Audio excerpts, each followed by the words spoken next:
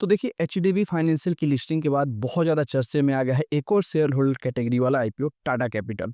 अब 15% के आसपास का लिस्टिंग गेन मिला था और हर एक रिटेलर को यहाँ पे अलॉटमेंट भर भर के मिला था और डिस्काउंट में नहीं गया था। बहुत अच्छा लिस्टिंग गेन दिया था 15% के आसपास। बुरा लिस्टिंग नहीं होता है इतने बड़े आईपीओ में। एक्सपेक्टेड यही है कि टाटा कैपिटल में क्या ऐसा गेन मिल सकता है, इसमें शेयर होल्डर कैटेगरी कौन सी है और आईपीओ कब आएगा, प्राइस बैंड क्या हो सकता है। सारे डाउट इस वीडियो में क्लियर होने वाले हैं। क्या करना चाहिए, कौन सा शेयर बाई करना चाहिए टाटा कैपिटल के शेयर होल्डर में अप्लाई करने के लिए। तो वीडियो स्टार्ट करते हैं। सबसे पहले हम बात कर ले इसके इशू साइज के बारे में। तो इसका इशू साइज होने वाला है 17,200 करोड़। एचडीबी का इशू साइज था 12,500 करोड़, जिसमें क्यूआईबी ने अच्छा पैसा लगाया था और रिटेल कैटेगरी हर एक को अलॉटमेंट मिला था और पर लॉट के हिसाब से 2,000 रुपये लिस्टिंग के टाइम पे उनको प्रॉफिट हुआ था। ये चीज़ क्लियर हो गई। अब यहाँ पे कंपनी वर्क क्या करती है, तो ये भी एक एनबीएफसी कंपनी ही है और इनके जो की फैक्टर्स हैं, consumers loan, commercial loan, wealth management और इन्वेस्टमेंट बैंकिंग रिलेटेड सारी चीज़ें ये प्रोवाइड करते हैं। ओवरऑल इंडिया में देखा जाए तो 723 ब्रांचेस इनके हैं और इशू साइज आप देखोगे तो 17,200 करोड़ की इक्विटी शेयर है। फ्रेश इशू साइज और ऑफर फॉर सेल दोनों इसमें देखने को मिलेगा।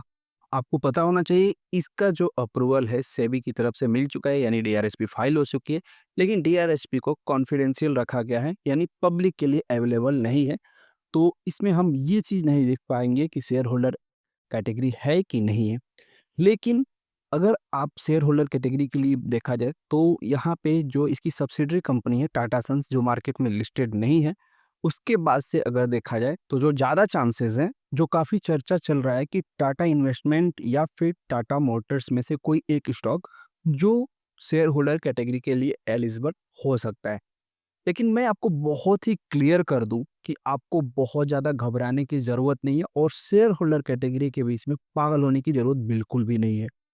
आपने देखा कि एचडीबी फाइनेंशियल में क्या हुआ, रिटेल वन टाइम ही सब्सक्राइब हुआ था और भर भर के अलॉटमेंट मिला था और ये तो उससे 5,000 करोड़ ज़्यादा इशू साइज वाला आईपीओ है। तो मुझे लगता है कि जितना आप इसमें अप्लाई करोगे उतना अलॉटमेंट मिलने के चांसेस है इस आईपीओ में।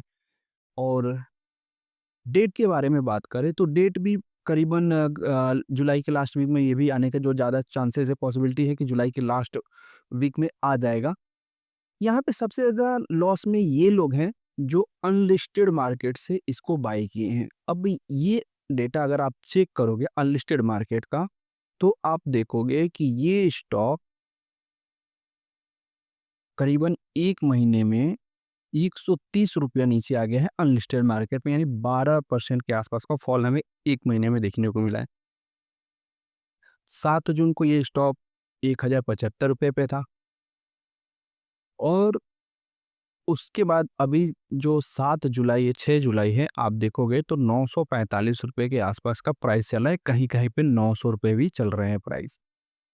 तो जो ये टॉप पे बाई करके बैठे होंगे या फिर ₹1,000 के आसपास, मज़े की बात ये है टाटा कैपिटल्स आईपीओ में कि राइट इशू 4 जुलाई को जब रोल आउट हुआ था, तो इसका जो प्राइस रखा गया था राइट इशू का, ₹343 पर शेयर के हिसाब से रखा गया था, as per money controls report के हिसाब से।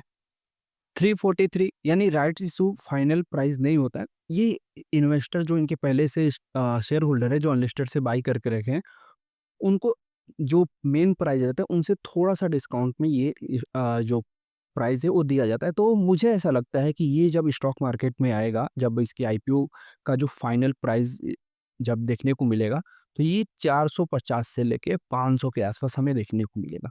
अगर ऐसा हुआ तो जो अनलिस्टेड में बाय किए हैं, उनको भारी भरकम नुकसान देखने को मिलेगा।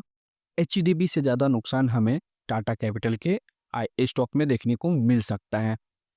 अब टाटा कैपिटल के स्टॉक में अगर देखोगे तो ₹1,000 1100 के भाव पे अगर किसी ने खरीदे होगा और वो स्टॉक आता है ₹500 के आसपास, तो जाहिर-सी बात है पर शेयर के हिसाब से 600 का नुकसान देखने को मिलेगा। तो आपको इस स्टॉक में बहुत ज़्यादा टेंशन लेने की ज़रूरत है नहीं, शांति से रहिए, पहले इस आईपीओ को आने दीजिए। बहुत सारे वीडियो आपको मिलेंगे, ये स्टॉक उठा लो, ये शेयर होल्डर कैटेगरी के लिए एलिजिबल हो जाओगे, अभी भी टाइम है। बिल्कुल टेंशन नहीं लेना। शेयर होल्डर कैटेगरी से ज़्यादा बेनिफिट रिटेल वाले थे एचडीबी में।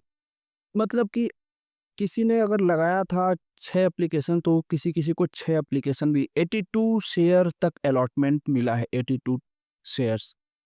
और इस आईपीओ में भी वैसा कुछ हो सकता है क्योंकि बहुत बड़ा इशू साइज़ है। एचडीबी से भी बड़ा इशू साइज़ है, तो हो सकता है कि इसमें भी आप अगर शेयर होल्डर कैटेगरी ना भी हो, तो भी रिटेल में जितना अलॉटमेंट आपको चाहिए, जितना एप्लीकेशन आप लगाओगे, आपको अलॉटमेंट मिलने की चांसेस उतना है।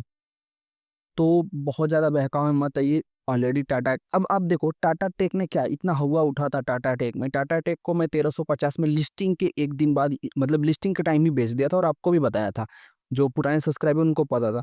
तब से आज तक टाटा टेक ने कुछ भी रिटर्न नहीं दिया है। अगर आप देखोगे तो टाटा टेक जो भी लिस्टिंग के टाइम पे बाय किया था, ₹1370 के आस-पास बाय किया था, उसको आज तक रिटर्न नहीं मिला। टाटा टेक जब आया था तो ₹500 पर शेयर के हिसाब से आया था और जो इसकी लिस्टिंग हुई थी ये करीबन 1350 के आसपास हुई थी और उसी दिन 1400 के आसपास का हाई भी लगा था। उसके बाद से लगातार गिरावट ऐसा आया कि ये अभी तक अगर जो स्टार्टिंग से होल्ड करके रखा हुआ जिसको आईपीओ में अलॉटमेंट भी मिला हुआ तो भी अगर होल्ड करके रखा होगा तो उसका पूरा प्रॉफिट चला गया। पर शेयर अभी ₹200 के आसपास का प्रॉफिट उसको देखने को मिल रहा होगा। लेकिन वो सोचिए जो यहाँ पे बाय किए होंगे या फिर टाटा टेक को यहाँ पे बाय करके रखे होंगे कि यहाँ से एक बेस बनेगा, उनको अभी तक नुकसान ही देखने को मिला होगा। तो इस आईपीओ में ज़्यादा परेशान होने की ज़रूरत है नहीं, फाइनल जब प्राइस बैंड सेट हो जाएगा आपको एक वीडियो मिल जाएगा। इसमें अभी आप शेयर होल्डर कैटेगरी के पीछे ना जाएँ, अलॉटमेंट ईज़ी रहेगा, ईज़ी अलॉटमेंट मिलेगा, तो टेंशन लेने की ज़रूरत है नहीं।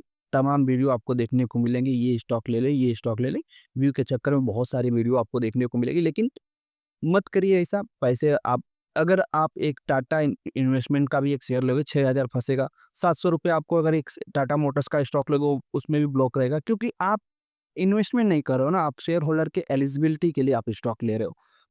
कोई-कोई लोग बोलेंगे कि जितने टाटा ग्रुप्स के स्टॉक लिस्टेड है सबका एक-एक ले लो, किसी में तो मिल जाएगा। तो मतलब क्या है दोस्त जब आपको रिटेल में ऐसे अलॉटमेंट मिल जाएगा तो। बाकी मिलते हैं एक नई वीडियो में, तब तक के लिए बाय बाय, टेक केयर।